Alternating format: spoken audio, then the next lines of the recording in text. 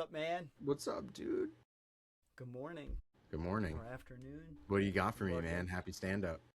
Happy stand up, dude. I got a post today. I got a post that I was like, maybe we should ponder this post because it's a little bit audacious. I'll throw it up on the screen really quick. Let me do entire screen here. I like when we share a post. I like when we talk about other things, either contrarian or mainstream or just stuff that'll get a rise out of people. Should I like zoom it? Can you see it? Everybody see it all right? Yeah, we're on Here X. it is. Ready? Cool. It's from Jared Palmer here. And it's, I've come to believe that there are actually only approximately 5,000 truly elite software engineers in the world, and they do the vast majority of the work. And then there's some comments below, like, everyone reading this, I totally agree. He's talking about me. And then John, this true for every given field at a given time. And then there's the, of course, I wonder how you came up with that figure versus say 20K. Why? So, it was interesting. Oh, so here's a little justification. Elite, what is 0.1%? Price is lost. Square root of a population do half the work. Square root of 20. So if there's 28 million software engineers, approximately 5,196 do the vast majority of the work. I guess maybe this is where Maybe the maths. yeah, like Price's law, Price's square root is a bibliometric hypothesis proposed by this guy, suggesting that in any scientific field, half of the published research comes from the square root of the total number of authors in that field. It's an interesting Sure. contemplation. So like forget what the actual accurate number is. Like just think about this very generically. Like there are the best in fields. Like think about this for doctors. You're looking for like the world-class doctor for certain diseases and certain surgeries and like whatever. Like there are many, many, many, but there always is a top dog or a few of them. I find it interesting in software engineer, which is such a mass adopted skill set at this point. 28 million engineers currently. That number even feels light. There might even be 28 million engineers just in India.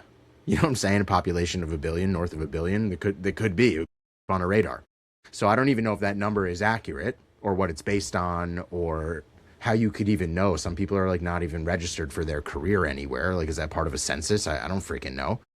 But I find it very like interesting. 20% of engineers write 80% of the code. It's the 80-20 rate. It's all kind of in that same vein of like the 80-20 rule, right? It's interesting, right? If you said 20% of engineers, Price's law, I don't know. What do you think it's true though? What does that matter? My question is, does it matter to you? Does it matter to whoever's listening to be in the 5,000, in the top 5,000? And what's the formula? So I'm interested in that piece from your perspective.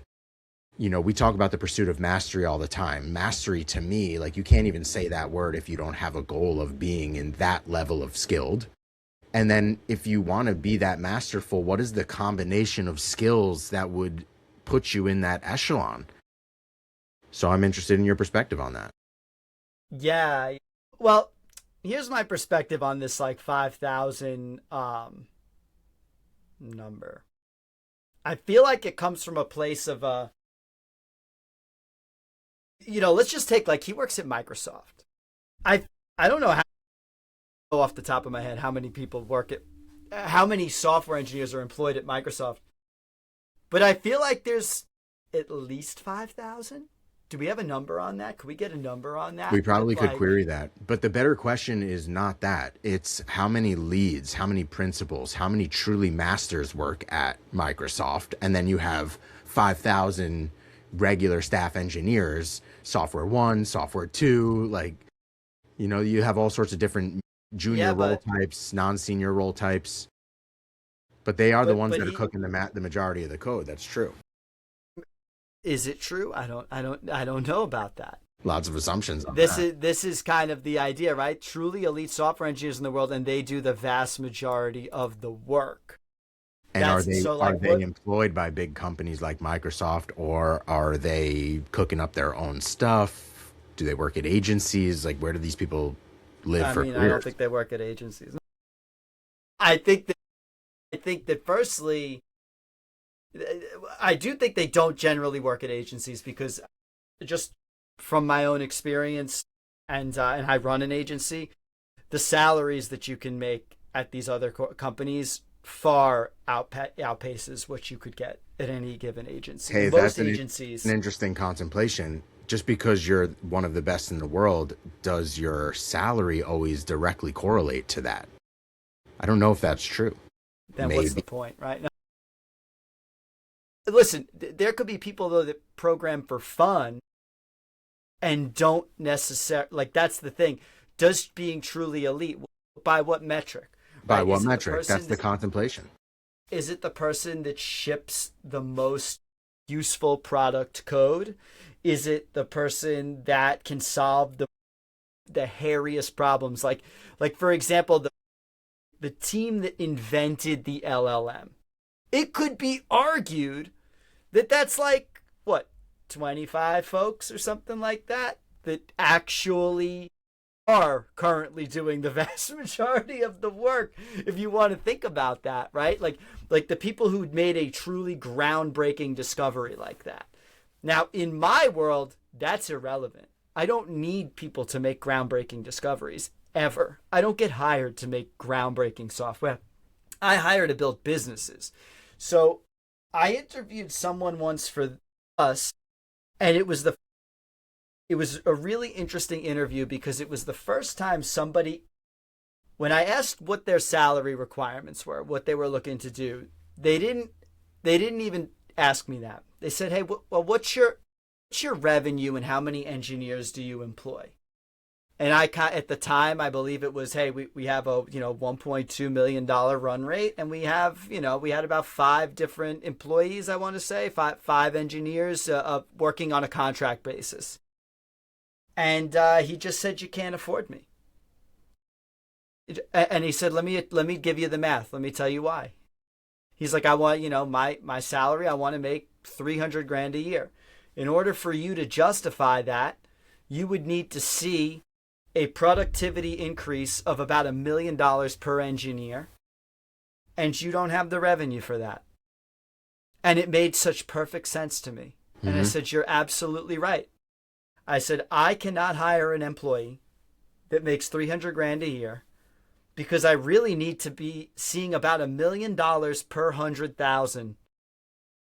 And he had that math. What I thought was so great about the way he interviewed was he didn't start with, he immediately was like, before we waste anybody's time, does the amount of revenue you have justify hiring me to do the job I need to do? He goes, I need to be able to magnify the productivity of these 5 engineers beyond what you're doing currently.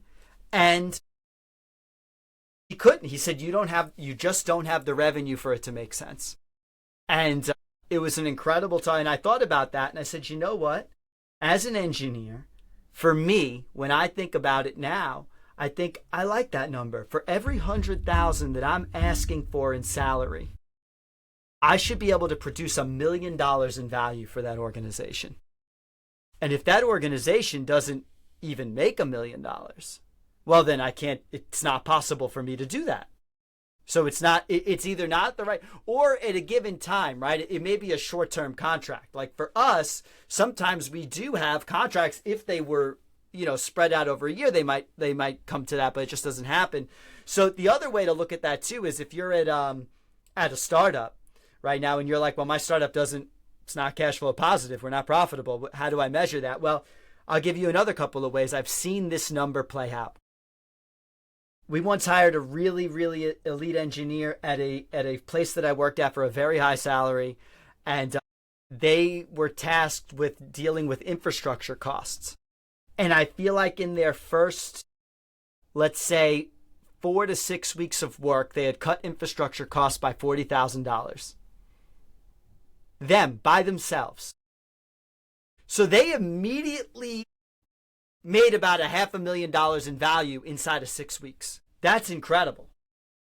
Not many engineers like thinking about themselves this way, though. Like, it's uncomfortable.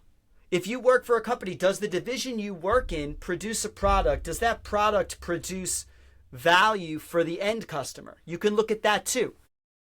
Saying, hey, we make a marketing product. The people who use our product can attribute $100 million in revenue to that.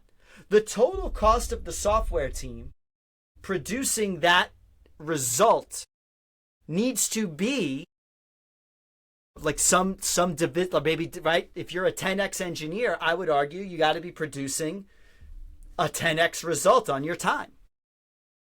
So it's not 10,000. People are like trying to measure lines of code. Well, that's a silly metric. We already know that you can't measure lines of code. So we don't want the guy who's producing 10x the lines of code. For every one line of some engineer, they're producing 10 times. That's not it. No, the metric really is of any software tool, of any business, it all comes down to the dollars and cents.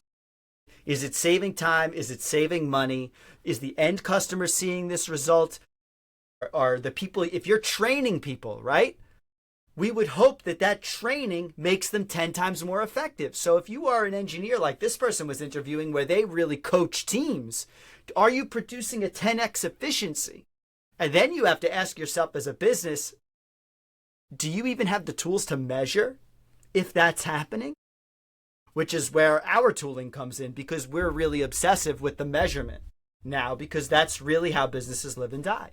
So I look at this, and like you said, I don't know what this number is, but for me, truly elite, what does that come down to? Well, it's people that are producing valuable code that makes my customers money. That's really how I look at it. It's what is the size of the book of business you're handling? For me, every engineer needs to be handling a book of business that is some multiple more than their salary. Otherwise, you're operating at a break even or a loss. You're better off not having it at all. I also think there's not enough information here, right? It's like truly elite software engineers are responsible for the majority of the code that's being pushed. But what does that even mean? Like there are different levels to this game. So like, are they working for publicly traded companies? Are they working for their own little adventures? Like part of being truly elite sometimes means you're not working for anybody else. You're Jarvis. You're cooking something up in your own vision. Like who fits into this 5,000? Like what is the, you're trying to put it into a way of dollars and cents. I'm trying to put it into what is the combination of skills. So like, are you truly elite software engineer in one framework, one language? Doesn't mean you know them all. Doesn't mean you invent them.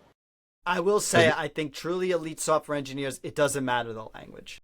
I think that. Okay, I would stub that. What about other characteristics like truly have a product sense, truly have a design sense, can talk to customers, is a leader? Well, that's what I mean. But that's what I'm saying. Like, that depends on the business. For us, yes, truly elite means product and design. I don't really care if you can like make machines more efficient, make cloud machines run more efficiently. That's actually not something that would make you truly elite to my customers. Right. But Guilfoyle would be one of the top 5,000. But if you but what's the old Einstein quote? If you measured a fish by its ability to fly, it would spend its whole life thinking it was dumb, or something like that. So that's correct. Guilfoyle would fail miserably in my company. The customers I get don't need that skill set. So that's why I'm saying Dinesh might be better. Right. Truly.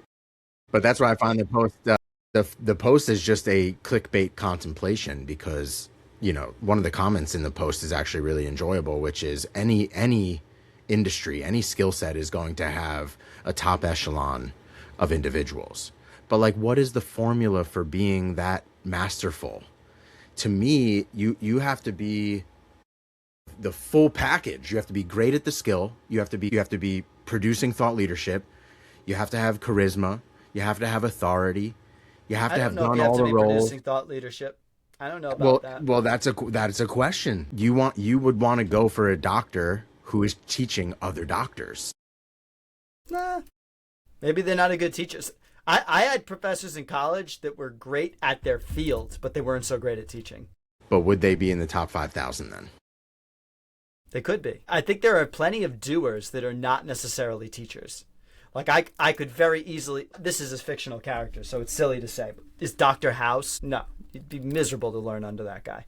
But I'd imagine that's the doctor you want to save your ass. I think there's a lot of that. In that elite echelon, I think you're going to see a lot of your students, if you have students, tolerate your insanity. But I don't think that you're going to necessarily get a ton of great. But then, you could take a Richard Feynman, who's famous for being a great physicist and a teacher. You know what, though? To be honest, he's famous for being a great teacher. I actually don't know how great of a physicist he is. You know what I mean? What was it like to be Einstein's student or von Neumann's student? I don't know. These are all worth.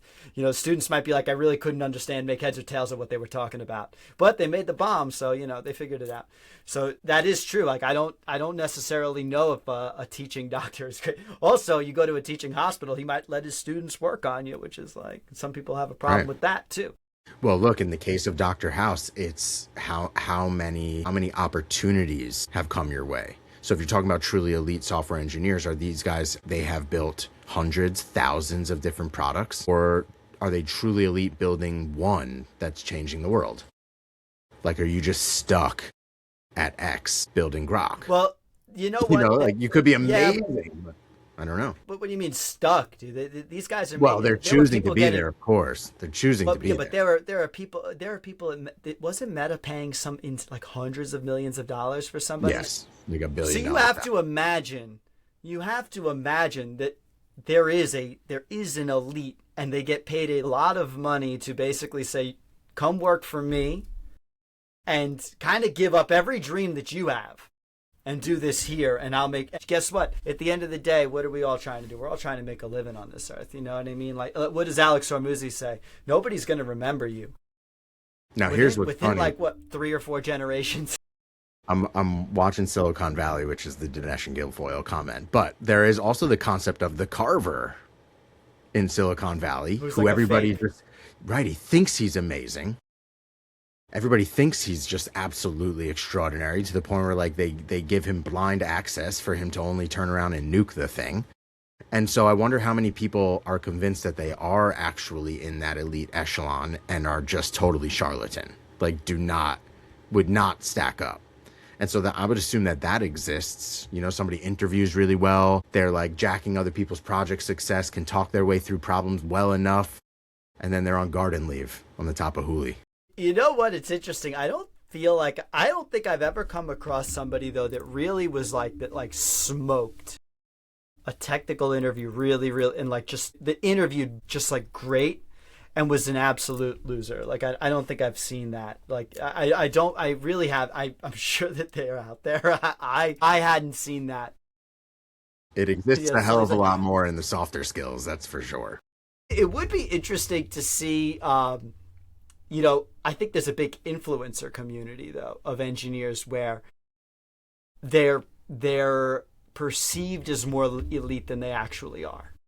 I think that's probably true. There's a pretty large influencer community on X and on YouTube that has garnered that's both great on camera, knows a lot. But again, like they're elite at what they do, which is getting attention to the types to programming. So you talk about elite software engineers. I go, where does that fit in? These people who are actually teaching people, like teaching the next generation could be considered, they're not doing the work themselves today, but the people that they're putting out there are becoming the future of the craft. So there's a lot of things to think about when it comes to this elite. No, like you said, it's clickbait. It's fun for a show. It's not something that I tend to think too much about. Any meaning? It's got no value. I tend to like the way this one person tried to justify their salary, and I thought that it was really interesting that they immediately were like, their first thought was, can this company justify the salary I want? Like, can I even create the value here that I want to create in dollars and cents? And the answer was a resounding no. Like we did not have. I said, and it just like changed my whole perspective on it. I said, and so now when people come to me, even when I think about raises and salaries, I think, okay, what does that work out to over the year? How much business are they handling? What's the revenue from that business? Yes or no? If the revenue is not there, I cannot do it. It's just not. And in reality, we're in the same scenario. Like, I don't have any single engineer. If you look at a revenue of 1.2, 1.3 million, that would be, in reality, I should only need one engineer making 250 grand a year to handle the whole business. That's what I would need. I don't have that scenario right now. So in fact, I'm not running. So there's another problem I think about when I contemplate that. I go, well, one, our pricing is probably off for the level, and two, where can I adjust that? It's probably a combination of like raising pricing and increasing the amount of business, because everybody's probably underutilized. So I think about that a lot. But I think of, for every single engineer that's going to make K, for every 100K, you kind of have to come up with, it doesn't have to be exactly, maybe it's 700K to $1 million, somewhere in there in revenue volume. And you lose a bunch of that to overhead and things like that. But that's really where it's got to be. So when you go into a startup, maybe they don't have that revenue, but you also have to see the potential. So maybe it's worth looking at what their valuation was and where you fit in that. What cost savings, if your job is to bring cost savings to servers or something, that was a great metric to look at. Like, whoa, look at how much money this person saved on day one. And you got to figure they're going to keep doing things like that. So these are important. How much more efficient do you make the team? Think about it in dollars and cents. It's just a really, it's a very business-minded way to look at things. It's so hard though. As a crafts person, it irks me to think about money that way. But it's the only reason we're all here. It's the only reason you're working. It's the only reason that capitalism works. It's the only reason the system works. You have to, at some point, you have to turn a profit. We look at these mass layoffs. It's because of problems. It's not because of AI. It's because money got more expensive. So now you had to account for these rising interest rates. When you think about inflation, think about that. If you grew your business 10% a year for the last 3 years, it almost entirely got eaten up by inflation. You basically didn't grow at all. Pat yourself on the back. You didn't even keep up with inflation. It's kind of an interesting thing to think about, that the cost of living is rising. And so we're dealing with that. You're dealing with, just recently, health insurance just ballooned this year. Poof. Out of nowhere. So that further, there's not just the inflation on the dollar, there's the inflation on just survival. All your phone plans went up, all your internet went up, your server costs, the freemium model is leaving a whole bunch of places. Every single software company that was away, they're giving away all this free everything, is not doing that anymore. All of that now gets taken into account. And so I think that what we're seeing is like, oh wow, we have to slash hiring, and I think a lot of them are really actually hoping that they can hire people at lower salaries, because I think the market is reacting in the wrong way. It's really it's getting taken from the employee's pocket, because you have and then you have this inflated bubble of AI companies paying people exorbitant salaries. There's going to be a little bit of an arms race for those people, but that's probably your elite 5,000. There's like the mere mortals here that just need to make a living, and that's out there also. And so I'll leave you with this question. Are you one of the top 5,000?